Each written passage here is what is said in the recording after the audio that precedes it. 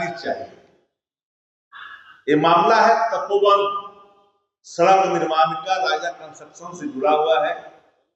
गया के वजीरगंज का मामला है। 2016 से ये भुगतान की प्रक्रिया कार्य के विरुद्ध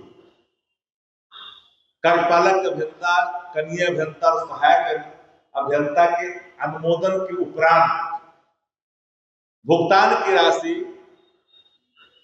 किस्त बाई किस्त राजा कंस्ट्रक्शन को प्राप्त होता गया। कोई भी समझदार व्यक्ति जिनको फाइनेंशियल रूल का या जिनको विभाग की समझ होगी, उनको इतना ज्ञान जरूर होगा कि भुगतान करने का अधिकार सिर्फ और सिर्फ कार्यपालक अभियंता, अधीक्षण अभियंता और मुख्य अभियंता को ही प्रदत्त है। और वह भी तब भी जब कनीय अभियंता एमबी बुक करते हैं, सहायक अभियंता देखते हैं, सारी प्रक्रियाओं से गुजरने के बाद भुगतान देय होता है। ये मामला पाकुड़ से जुड़ा हुआ है, चालान से जुड़ा हुआ है।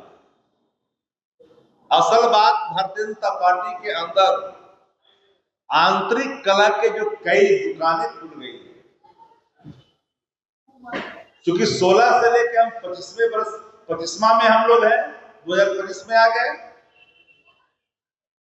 वो अप्रत्यक्ष तौर पर नंदकिशोर यादव जी को और नितिन नवीन जी को टारगेट कर रहे हैं। ये टारगेट कर रहे हैं नितिन नवीन जी को और ये टारगेट कर रहे हैं नंदकिशोर जी को। मंगल पांडे भी कई आधार पर होंगे, क्योंकि उनके कार्यकाल में भी भुगतान हुए हैं। नादानियत के स्वर एक जिम्मेदार पद पर बैठे वाले व्यक्ति से नहीं आनी चाहिए। जिनको विभाग के रूल ऑफ एक्सक्यूटिव बिजनेस की जानकारी नहीं हो, यही कारण है कि 2 नंबर के उप मुख्यमंत्री हैं, वरना 1 नंबर के होते। कोई भी डिपार्टमेंट के अंदर में अगर निविदा का निष्पादन होता है, वो तकनीकी प्रक्रिया है और तकनीकी प्रक्रिया का हिस्सा है। और निविदा के निष्पादन के बाद जब अवार्ड होता है कोई भी निविदा, तो वर्क ऑर्डर मिलने के बाद वो काम करता है और काम करने के अगेंस्ट में राशि का भुगतान होता है। इतना भी ज्ञान राज्य के 2 नंबर वाले उप मुख्यमंत्री को नहीं है, ये दुखद है। हम आप पत्रकार साथियों को एक बात और संज्ञान में लाना चाहते हैं। विस्मरण अगर हो गया होगा तो मैं नहीं जानता, लेकिन मैं स्मरण करा दूं। भारतीय होने के नाते, सनातन धर्मावलंबी होने के नाते और एक भारतीय होने के नाते राज्य सरकार की अव्यवस्था के कारण उत्पन्न हालात के बाद जो कुंभ में, महाकुंभ में जिन लोगों ने मौत को गले लगाया, उन सभी मृत आत्माओं के प्रति राष्ट्रीय जनता दल परिवार की तरफ से, बिहार की तरफ से हम संवेदना प्रकट करते हैं और परिजनों को दुख सहन करने की शक्ति प्रदान ईश्वर करें, यह भी हम कामना महादेव से करते हैं। मुझे महाकुंभ 2013 में भी हुआ था। इस बार की स्वांग जिस तरह से राज्य की सरकार ने रची, मानो कि महाकुंभ की पहली और आखिरी शाही स्थान। अव्यवस्था ने कई परिवारों को बिछड़ने पर मजबूर किया। राज्य सरकार ने, उत्तर प्रदेश की सरकार और केंद्र की सरकार ने सनातन कर्तव्यों का निर्वहन नहीं किया और ना ही सनातन आचरण की उदारता दिखाई। हर भारतीय आज दुखी है उस गम भरी खबर को सुनकर के लोगों ने उस कुंभ में जाने के बाद हम मांग भी करते हैं कि सरकार 50-50 लाख रुपए की मुआवजा की राशि का ऐलान करे।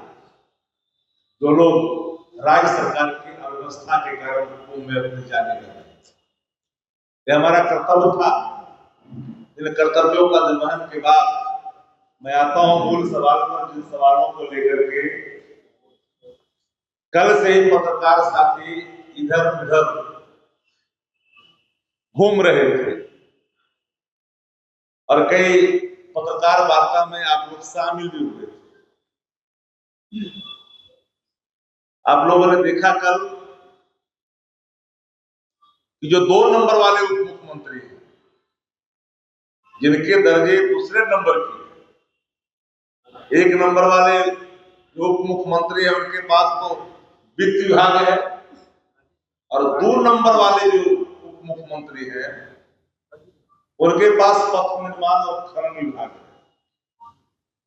तो 2 नंबर वाले उप मुख्यमंत्री की तरफ से कल जो सवाल सामने उठाए गए, अपरिपक्व, निराधार, तथ्यहीन कार्यक्रम में पहुंचे थे और उसी कार्यक्रमों में नेता प्रतिपक्ष आदरणीय तेजस्वी यादव जी ने जननायक कर्पूरी ठाकुर जी को भारत रत्न की मांग की थी। अगर आप लोगों को स्मरण होगा तो याद होगा।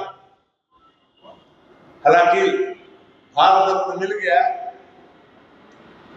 लेकिन एक बड़ा सवाल है, उस कार्यक्रम में मेहमानों को खिलाने के लिए बिहार विधानसभा से जो भुगतान की गई है प्रति प्लेट, उस राशि का दाम 6,000 रुपया प्रति प्लेट है। यह भुगतान बिहार विधानसभा ने किया है। That time speaker was honourable, present में जो 2 नंबर के जो डिप्टी सीएम है वो थे। 6,000 रुपया प्रति प्लेट की भुगतान की गई है। हमें लगता है कि इन विषयों पर भी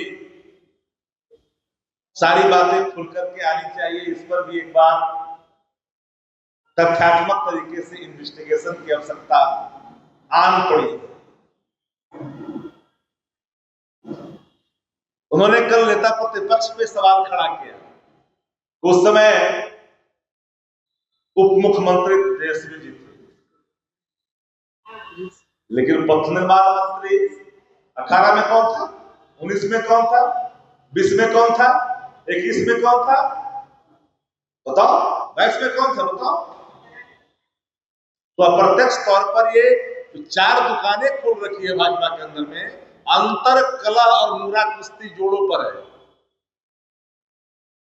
एक उप मुख्यमंत्री 1 नंबर वाले, उनकी अलग दुकान, उनकी अलग पहचान। ये 2 नंबर वाला उप मुख्यमंत्री, उनकी अलग पहचान, उनकी अलग दुकान। भाजपा का प्रदेश अध्यक्ष, उनकी अलग दुकान, उनकी अलग पहचान। और कुछ प्रभावकारी जो भाजपा के अंदर में है उनकी अलग दुकान। और इस अंतर कला में जुझता हुआ भारतीय जनता पार्टी का राज्य नेतृत्व तथ्यहीन एक आरोप कर लगाया। इसलिए मैंने बिंदुवार तरीके से आपको बताने की कोशिश किया कि जिन मंत्रियों को रूल ऑफ एग्जीक्यूटिव बिजनेस की जानकारी नहीं हो उनको पद पर नहीं बैठना चाहिए। अपने कर्तव्य, क्षेत्राधिकार और नियम की जानकारी नहीं हो तो तथ्यहीन एलिगेशन किसी पर नहीं लगानी चाहिए। और मैं मांग करता हूं कि संजीदगी के साथ पूरे तथ्यों का जांच की जाए। जो लोग इसके लिए उत्तरदायी हैं, जिन लोगों ने नेग्लिजेंसी बरता है,